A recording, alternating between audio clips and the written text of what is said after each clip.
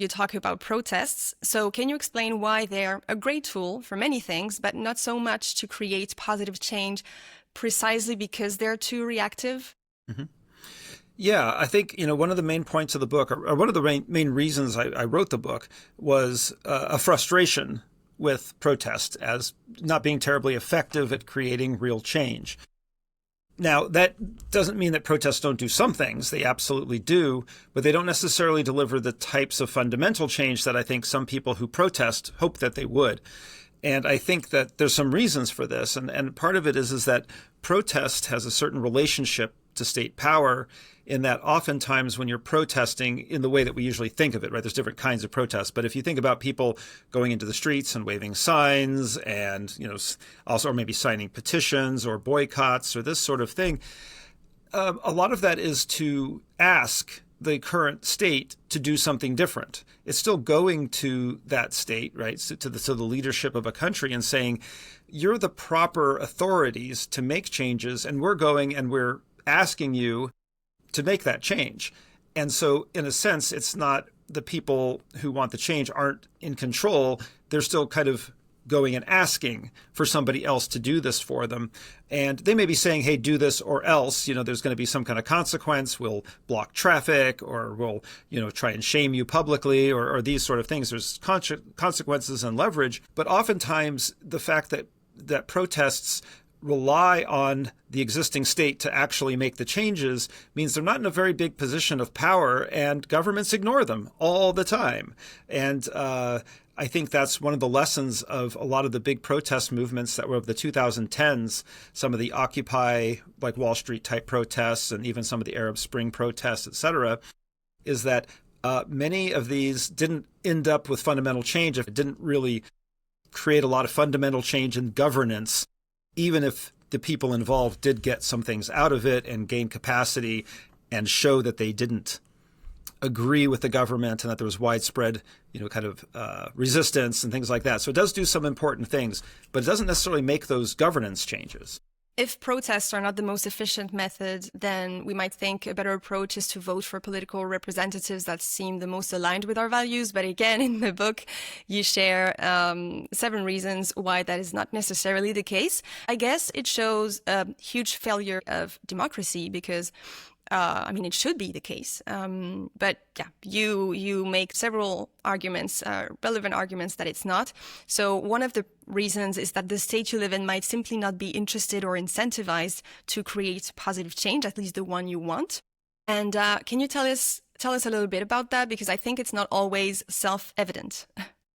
Yeah, I think, and that's one of the reasons, again, for writing the book is, I see the audience for this book as really being folks who are interested in making positive social change, right? And who are frustrated that elections and protests aren't working. And I think that part of that reason why is because there's kind of a circular relationship between elections or electoral politics and protest. And they both still go to the same kind of conclusion that the current state is the proper arbiter of social affairs, that they're the ones that should make the change, and that you have these different ways of then affecting those people.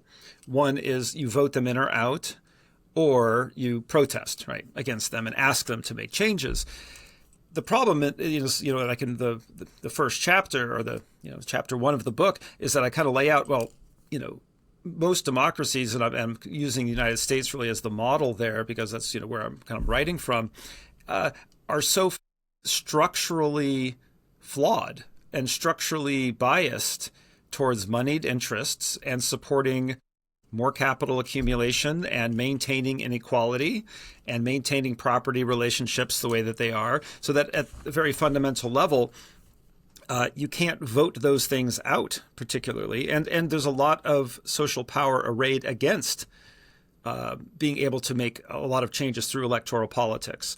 In the United States, for instance, the candidate that spends the most money on an election wins almost like 90% of the time. And so that means that, the politicians are following the desires of the people with the money that are going to fund their campaigns.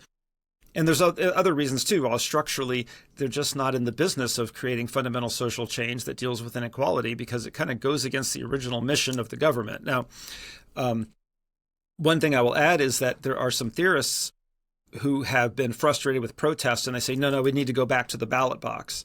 But you have to remember, the reason you're protesting is because the ballot box didn't work in the first place. And so then you end up in this kind of chasing yourself in a circle instead of recognizing that maybe you need to actually get some decision-making power and put it in some places that are not inside the state, which absolutely happens. But how do you do that more? Right. And another reason not to always depend on the state to manage society, like you say in the book, and I had never thought about it this way, is the fact that our expectations for the state are just too high in the first place. And you remind us that sovereignty, that the state cannot control some major things that sovereignty depends on. Yeah, I think there's the myth in a sense of sovereignty is that you have somebody in control, right? The sovereign, who controls everything, right? That can make decisions, and they can effectively say what comes in or out of a country, that what happens to the economic processes of a country, what social processes go on in a country. But that's not how it actually works, right? If a leader could actually control everything that could come in and out of the country, Trump wishes he could do that, right? But he can't. And that's why, in a sense, he's frustrated. That's why he's trying to build walls. That's trying to put up tariffs. It's because I think he recognizes actually the weakness of the state from being able to control those economic and social processes and migration and all those things, because they absolutely don't control it. And I think he's trying to reassert the power of the state because in his mind, he thinks the state should. And I think many people think that the state should be able to control society at kind of that scale. But I think we have lots and lots of examples where that's just not the case.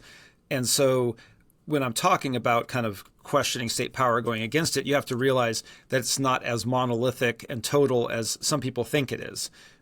There's lots of stuff that goes on in any given place or society that the state really has no control over. And that's a good thing, right?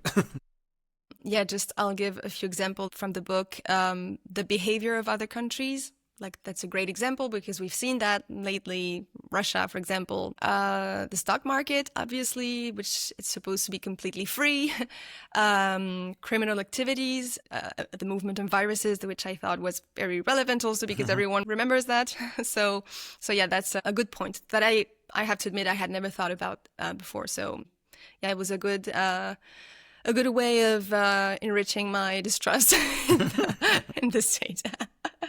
The other reason I really wanted to highlight here is the simple fact that states come and go, like they emerge and collapse through history. We've seen that. And in the book you wrote, the current state you live in may not be resilient enough to face the current crises, so it may not be the best recipient for your efforts. So if we don't want to simply react in a state of urgency when we see everything that's wrong in a system that may or may not survive the next crisis, and we want instead to create something more positive, we need a strategy, a long-term strategy. And that's what replacing the state is. So what does it actually look like? Is it necessarily the creation of a community that lives isolated from the rest of society? Can you maybe share an example of that from the book, maybe for those of us who've never witnessed the relational governance you talk about in the book, and might struggle to really understand what that and replacing the state is? Okay. Yeah, I think, kind of take this in a couple of pieces. I think that, first off, the idea that, folks that are trying to replace the state or, engage in activities that I'm kind of categorizing as that type of action, really it's about building alternatives to the state. And that can take many forms. If you enjoyed this, you should definitely check out the full episode. It's available on this very platform. So see you there.